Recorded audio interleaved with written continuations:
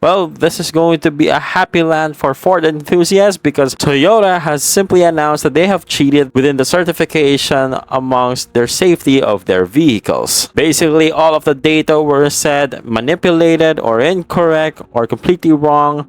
And then, yeah, all of the safety certification tests were completely rigged out. So within the June 3rd of the live stream of the Toyota Motor Corporation, they said this. As the person responsible for the Toyota Group, I would like to extend my sincere apologies to our customers, car enthusiasts, and to all stakeholders for this issue following Hino, Daihatsu, and Toyota Industries Corporation. I am truly sorry.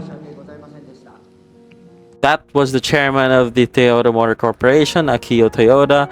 He then said he was deeply sorry of what happened, and then he bowed for like 5 to 6, 7 seconds. That's how when companies apologize for what they have done wrong in Japan. Toyota has now axed the production or suspended the production of these car models. The Corolla Fielder, Corolla Axio, and the Yaris Cross. Toyota has been accused on using modified vehicles for the vehicles that were no longer in production. So yeah, that's for stock is good. I'm gonna narrow down what they have said within the conference. So the certification system would determine if the cars are safe to use on the road. How does their certification process work? Mainly a staff or an examiner from the technical services would witness the actual test. Then, the car manufacturer would carry the data themselves, then they would head on to submit it. Lastly, it's time to send the compatible development test data for the certification. I'm going to focus amongst the cases that were involved with the vehicles that have halted production. So the first case within the Toyota Corolla Axio and the Corolla Fielder. Within the year of 2015, during the development of the Corolla Axio and the Corolla Fielder, one of its tests is to check what would be the head damage of a pedestrian during a collision. Now, it turns out to be the development test data was actually more severe, and that was provided for the certification. Unlikely on the regulation, it says there it's supposed to be 50-degree angle, and Toyota did a 65-degree angle amongst their test. Moving on to the third case. Within the year 2015, during the development of the Corolla, the Sienta, and the Crown, one of its tests is what would be the damage of the pedestrian within its head and its legs. The data of the opposite side were used of the pre-applied measuring points was used for the certification, and the data of one side was used as data for both sides of the measuring points for certification. It was confirmed within the test results, both left side and the right side didn't have any difference at all. For the certification process, the test should have been reconducted once again within the selected measuring points, and this data should have been submitted. Toyota then added that there is a process to apply for and obtain an agreement from the authorities in advance to determine the measuring points. Unfortunately, they believe that there was insufficient communication with the designated technical service when changes occurred to the structural changes and the technical verification during the development process. Next would be case number 5, in which within the year 2020, during the development of the Yaris Cross, the test was carried out to examine the damage caused by the rear seat when the luggage is placed within the rear space of the vehicle moves due to the impact collision. After the regulation have changed, there was an additional requirements for luggage blocks. However, the development test data using the old blocks were actually used for certification. The test should have been conducted once again with the new blocks, and the data should have been resubmitted. Ironically, Toyota's rival Suzuki,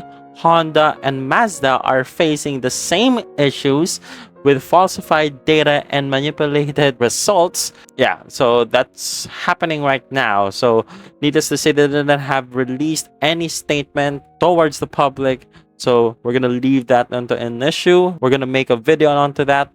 But let's move on to the bigger picture. It is now concerning within the engines of the Toyota Tundra within the year 2022 and 2023. Okay, it says here safety recall 24TA07, interim notice 24TB07, certain 2022-2023 model year Tundra, engine may stall during driving.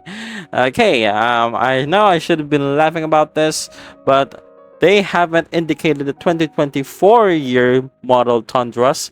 So the highly specific here, the production period within early November of 2021 and mid-February of 2023. Almost 100,000 units. To be more specific, it would be 98,600 units. Yeah, that will take a lot of time and a lot of money from Toyota in order for this recall to be solved. Yeah, that's just basically it. Approximate stop sale dealer inventory would be 80 units. And it says there, stop, do not sell new vehicles in dealer inventory. Like I said, it is 98,600 vehicles were covered by the safety recall. The 900 vehicles involved in this recall were distributed to Puerto Rico. Toyota said, well, for their owners, they will be notified within the late of July 2024. Probably they are now notified because their trucks are now going to be sent immediately within the dealerships, or it is now within a flatbed truck. Apparently, the engines have been issued with the main bearing failures, which causes to knock the engine. Then Toyota stated the condition on what could be the possible cause for this mishap, in which there is a possibility that certain machining debris may not have been cleared from the engine when it was produced. In the involved vehicles, this can lead to potential engine knocking, engine rough running, engine no start, and a loss of motive power. A loss of motive power while driving at higher speeds can increase the risk of a crash. A quick flashback from February, Toyota has actually recalled 280,000 Tundras, as well as the Sequoia, the Lexus LX full-size SUVs, for a transmission that can stay in gear when put in neutral, creating a rollaway risk. Within the year of 2023, in the month of August, 168,000 Tundras were recalled once again for a fuel line that can leak. Way back in 2022, in the month of June, not long after a new model went on sale, it was recalled for a rear axle housing that can separate from the shaft. So this whole video really shows that it doesn't mean it's a new vehicle, it is reliable as you think.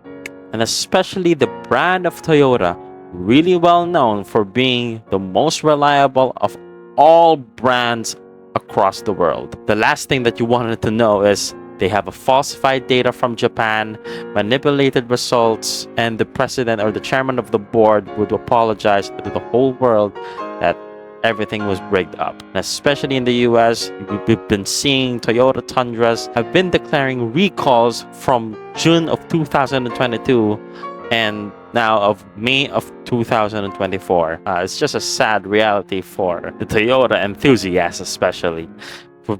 Have been supporting this brand for a long time. It's just really sad. Now, a slight additional information about the Tundra engines. Toyota has said that the remedy for this issue is they're still currently developing on what would be the solution for this problem. Now, Toyota has now decided to deliver some short blocks towards its dealerships to simply rebuild, reassess, and reinvestigate within these Toyota engines. By the way, I just found a video from Reddit in which this is how a Toyota engine or a Tundra engine would knock from a low RPM.